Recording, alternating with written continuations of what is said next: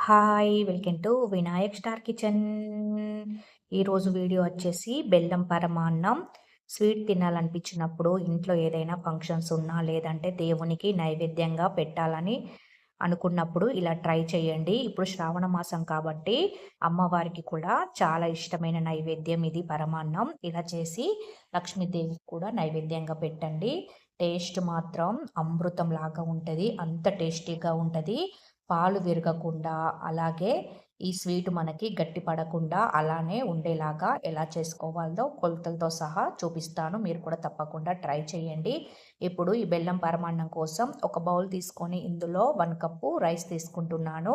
రైస్‌ని ఒక 2, 3 టైమ్స్ మంచిగా క్లీన్ చేసుకున్న తర్వాత ఇప్పుడు ఏ కప్పుతో అయితే రైస్ తీసుకుంటున్నామో అదే కప్పుతో వాటర్ కూడా 4 కప్పుల వాటర్ వేసుకోవాలి. ఆ తర్వాత ఇందులో చిక్కటి పాలు 2 కప్పులు వేసుకుంటున్నాను.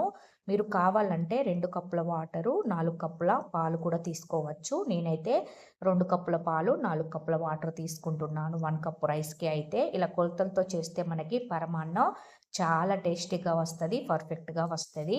ఇప్పుడు ఒకసారి కలుపుకొని ఆ తర్వాత స్టవ్ పైన పెట్టి ఉడికించుకోవాలే. మనకి రైస్ ఉడికేలోపు ఇప్పుడు బెల్లం సిరపు ప్రిపేర్ చేసుకోవాలే. మీరు బెల్లం బదులు షుగర్ కూడా తీసుకోవచ్చు. నేను బెల్లంతో చేస్తే చాలా టేస్టీగా ఉంటది పరమాన్నం అయితే. ఇప్పుడు ఒక కప్పు రైస్‌కి 2 కప్పుల బెల్లం అయితే తీసుకుంటున్నాను. ఆ తర్వాత ఇందులో 1 కప్పు వాటర్ వేసుకొని బెల్లాన్నయితే మంచిగా కరిగించుకోవాలే. కొంచెం స్వీట్‌నెస్ ఎక్కువ తినాలనుకునేవారు ఒక కప్పు మీద ముప్పావు కప్పు బెల్లం తీసుకుంటే సరిపోతది. ఇలా బెల్లం కరిగించుకోవాలే. మనకి ఎలాంటి పాకం అయితే అవసరం లేదు. ఒక బెల్లం కరిగితే సరిపోతది. బెల్లం ఇలా పూర్తిగా కరిగిన తర్వాత ఇప్పుడు దీన్నైతే మనం స్టవ్ ఆఫ్ చేసి పక్కకి దించుకొని ఫిల్టర్ చేసుకోవాలే. ఇందులో డస్ట్ ఏమైనా ఉంటే పోతది. ఇలా ఫిల్టర్ చేసుకొని ఈ బెల్లం సిరప్‌నైతే పక్కన పెట్టుకోవాలే. ఇప్పుడు మనం రైస్‌ని ఇలా ఒకసారి కలుపుకోవాలే. మధ్య మధ్యలో ఇలా కలుపుతూ ఉడికించుకుంటే మనకి కింద అడుగంటకుండా మనకి రైస్ చక్కగా ఉడుకుతది. ఇలా మధ్య మధ్యలో కలుపుతూ అయితే రైస్‌ని దగ్గర పడేదాకా ఉడికించుకోవాలే. మీరు కావాలంటే దీన్ని స్పూన్‌తో కలుపుతూ మాష్ చేసుకుంటే మనకి రైస్ ఇంకా మెత్తగా ఉడికిపోతది. ఇప్పుడు చూడండి ఇలా పాలు మొత్తం ఇలా వాటర్ పాలు మొత్తం ఇలా రైస్ దగ్గర పడేదాకా ఉడికిన తర్వాత ఇప్పుడు ఇందులో మనం ప్రిపేర్ చేసి పెట్టుకున్న బెల్లం సిరప్‌ను కూడా ఇందులో వేసుకొని మంచిగా మిక్స్ చేసుకోవాలే. ఇలా కలుపుకొని ఇప్పుడు మళ్ళీ రైస్ మనకి దగ్గర పడేదాకా ఉడికించుకోవాలే. ఇప్పుడు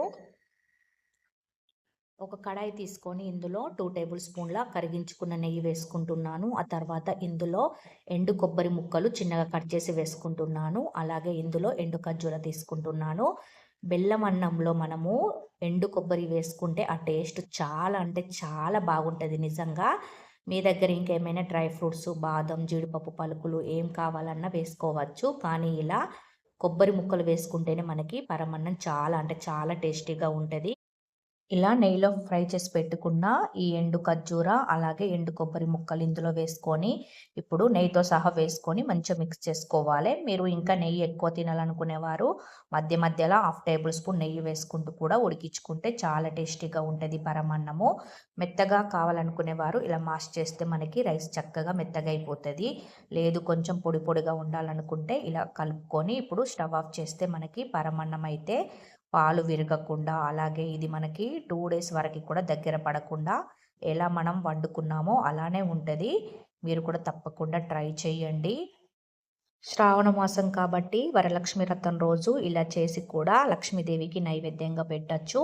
లేదు దేవునికి నైవేద్యంగా పెట్టాలనుకున్నా, ఇంట్లో ఏదైనా ఫంక్షన్స్ ఉన్నా ఇలా పరమాన్నాన్ని అయితే ఇలా ట్రై చేయండి. చాలా అంటే చాలా రుచిగా అమృతంలాగా ఉంటది. అంత టేస్టీగా ఉంటది. ఈ వీడియో మీకు నచ్చినట్లయితే సబ్స్క్రైబ్ చేయడం, లైక్ చేయడం, మీ ఫ్యామిలీ మెంబర్స్‌కి షేర్ చేయడం కూడా అస్సలు మర్చిపోకండి. Thank you for watching. Bye.